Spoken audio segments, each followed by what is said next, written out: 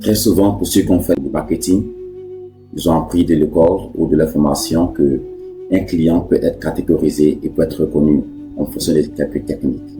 Et cela est vrai. Mais le problème, c'est que très rarement, on nous dit comment les gérer. J'ai appris à développer quelques techniques. Et les meilleures, je les ai apprises de cet homme-là, Brian Tracy, The Psychology of Selling, la psychologie de la vente. Mais ce livre est un don de Dieu. Dans ce livre-là, Brian Tracy nous parle de 4 catégories de clients. Le client sophistiqué. La deuxième, le client affluent. La troisième, le cheap client, qui veut dire le client moins cher, ou qui aime, on peut dire avare si vous voulez. Et aujourd'hui, on va essayer de décortiquer chaque groupe et voir vraiment dans quelle catégorie, de quoi faisons-nous quand on parle de chaque client. Et en dernière position, on voit les stratégies qu'il faut pour pouvoir effectuer nos ventes. Connaître le client, c'est avoir accompli la vente on peut dire 80%. D'accord. Donc, passons d'abord au client sophistiqué. Le client sophistiqué, c'est celui-là même qui sait tout de ton produit. Il sait tout de ton produit. C'est-à-dire que même si le produit était quelque chose qui a été lancé peut-être il y a quelques mois, très souvent, c'est l'erreur que commettent beaucoup de personnes, surtout les vendeurs. L'une des plus grandes erreurs que tu pourras commettre, c'est de ne pas connaître ton produit. Il faut le connaître à la lettre. Que ce soit un service que tu vends ou un produit que tu vends, il faut maîtriser les apports de ton produit. Par exemple, quand un tel type de client t'approche, il faut savoir articuler tes mots. Et le comble, c'est de voir ton client te corriger ou te contredire, disant tu as dit ça? Non, il faudrait plutôt dire ça, parce que ça, c'est du temps. Et dès qu'un client te fait cette leçon, oublie. Le deuxième type de client, c'est celui-là que j'adore personnellement. On appelle les clients affluents. Et un client affluent, c'est celui-là même qui achète selon son état émotionnel. Voilà. Et je les aime pour des raisons personnelles, ok? Parce que j'ai cette chance de connaître souvent sur eux. Et quand un client est affluent, il a cette attitude très catégorique. Soit il n'achète pas, soit il est prêt à acheter.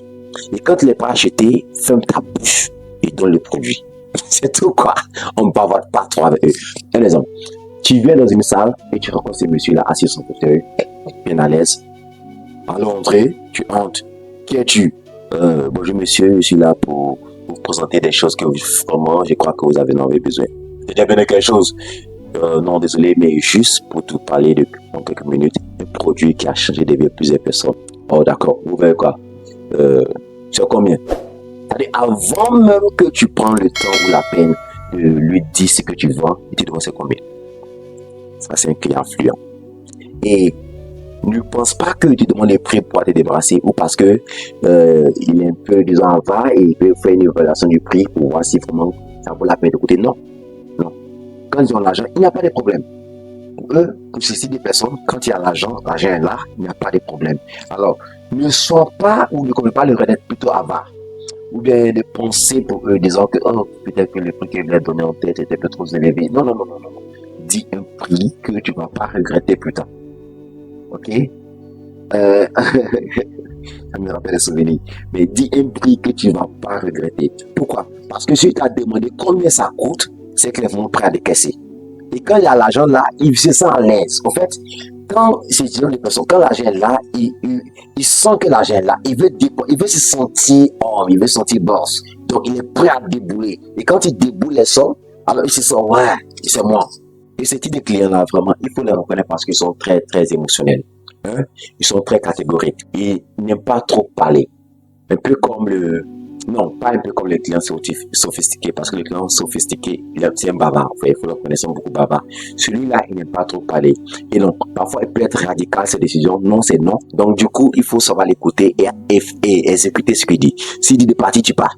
Ok, tu t'excuses, tu pars. S'il dit une prochaine fois, va une prochaine fois. Mais s'il te demande combien, n'hésite pas. En anglais, on dit hammer him. C'est-à-dire que tape le marteau sur sa tête. Donc, nail him. Pose l'affaire. En même temps. En troisième catégorie, le cheap client. Ou les clients, disons, avares. Donc, quand on parle d'un client, le type, j'aime dire en anglais parce que en français, ça n'a pas la connotation exacte de ce qu'il est. Je vais expliquer pourquoi. Quand bien que type client, ça veut dire quelqu'un qui a avoir. OK? Alors, il faut savoir que ce type de client-là, c'est une personne qui n'est pas vraiment avare. OK? Pas vraiment avare. Mais c'est la personne qui pense que ton produit ou ton service que tu rends ou tu vends, il n'est pas à même de correspondre au montant que tu dis. Pour lui, par exemple, si tu débarques dans mon bureau avec un parfum, ok, un parfum, peut-être que tu parles de gamme parce que vendeur va toujours faire l'éloge de son produit. Donc, tu me dis que ton parfum est de gamme, ok, de haute gamme. Et moi, je le prends, je regarde la bouteille, je regarde l'année de fabrication, je regarde les ingrédients, si c'était mon type client, ok, et je regarde un peu tout le packaging, tout. Et puis, je pense peut-être à mon parfum que j'utilise. Si tu me donnes la chance de pouvoir sentir ou avoir un aperçu du contenu du produit, et puis je prends un tel truc comme ça, une bouteille si petite, et puis tu me dis peut-être 200 000 francs CFA. Tu joues de moi là. Pour ces jeunes personnes, je pense que les 200 000 ont plusieurs valeurs qui n'ont pas la corrélation produit du prix n'est pas exact, ne balance pas au fait. Pour lui, le montant que tu demandes est supérieur, voilà, très supérieur à la valeur que tu lui donnes de ton produit.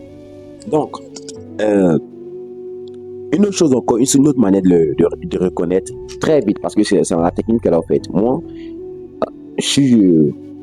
quand je parle à un client, que ce soit au téléphone, ou par mail, ou bien par communication directe, c'est-à-dire que face à face, j'ai cette manière-là de ne pas perdre mon temps.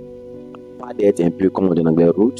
Non, je ne vais pas être rude, je ne vais pas être difficile pour ne pas manquer de respect, mais sans toutefois te faire penser que tu perds mon temps, je serai te classifier et prendre les mesures ou décisions qu'il faut que je prenne pour pouvoir gagner mon temps.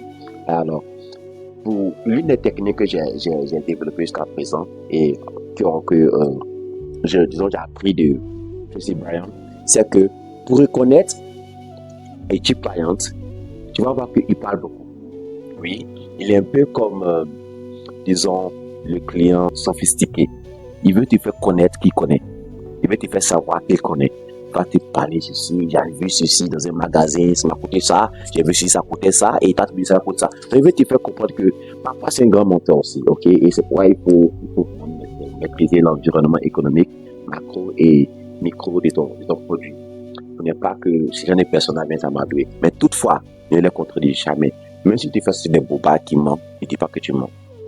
Oui, d'accord, peut-être que tu auras eu la chance de connaître un tel produit, mais jamais tu as dit, oh, je doute. Non, ne dis jamais je doute. Si ces arguments ou les arguments qu'il avance ont pour but de rabaisser la valeur de ton produit, c'est un type client. S'il te laisse parler et que chaque fois que tu parles, il a des mesures ou des mots pour te contredire, pour te faire, pour te montrer qu'il doute de ce que tu dis ou des informations que tu donnes au regard de ton produit, c'est un type client.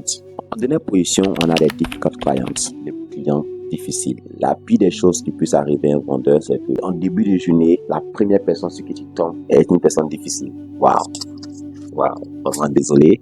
Et si cela t'est déjà arrivé, si tu peux dans le commentaire, dis-moi comment était ta réaction, ok? Ou bien comment ta journée s'est terminée. Mais très souvent, pour ce que je sache, ces journées-là vraiment deviennent cauchemardesques, ok? C'est quelque chose qui est vraiment, qui vont disons de mal en pire, ok? Un client difficile, c'est pas un client qui est méchant. Il faut le savoir. C'est pas un client qui est négatif. Non, il faut le savoir. De base, il n'est pas négatif. De base, il ou elle n'est pas méchante. Mais ce sont des personnes qui ont eu des expériences vraiment négatives avec ton produit ou ton service ou quelque chose qui était rattaché. Un client difficile, c'est une personne qui a eu des expériences vraiment très, très, très négatives. Comment on peut connaître ce type de client? Très simple. Très simple. Au premier mot, c'est un non. Au premier mot, c'est un non. Et quand on dit un non, on voit, ce n'est pas seulement que le mot non, je ne veux pas. Non, non. C'est pas seulement ce mot non. C'est l'expression du visage. C'est la mimique, c'est la gestuelle.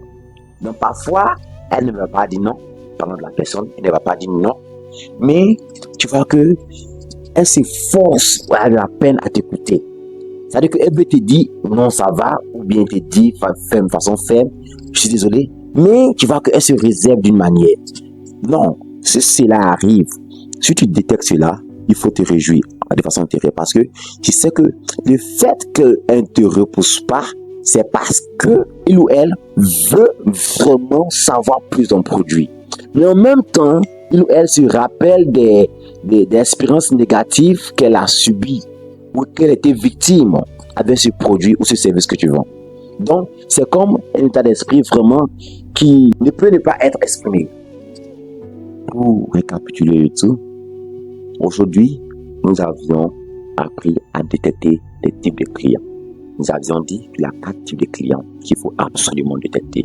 Comment les détecter? Nous avions dit qu'il faut prendre la peine de les écouter en posant des questions pièges. Quelles sont ces questions? Nous en parlerons très bientôt. Mais déjà, les 4 types de clients dont nous avons parlé sont en numéro 1, le client sophistiqué. C'est celui-là même qui sait tout de ton produit. Numéro 2, le client affluent. C'est celui-là qui fait des achats en fonction de ses humeurs. Numéro 3, le client cheap, un peu l'exemple qu'on va voir. C'est celui-là qui n'aime pas vraiment dépenser, qui pense que quel que soit ce qu'il a acheté, son argent vaut mieux que ce produit ou ce service. En dernière position, les clients difficiles, dont on a parlé, disant que ce n'est pas une personne méchante ou vraiment négative, mais c'est une personne qui a vraiment subi des expériences très négatives et qui sont attachées à soit un produit ou le service que tu lui offres. Maintenant, quelles sont les questions à poser? Comment les convaincre? Ce sont des choses dont nous parlerons dans notre prochain épisode. Donc, si vous êtes nouveau sur la chaîne, je vous demande s'il vous plaît de souscrire, de vous abonner et de donner un like à la vidéo. Manière de nous motiver. Merci. Restez tune. Ciao.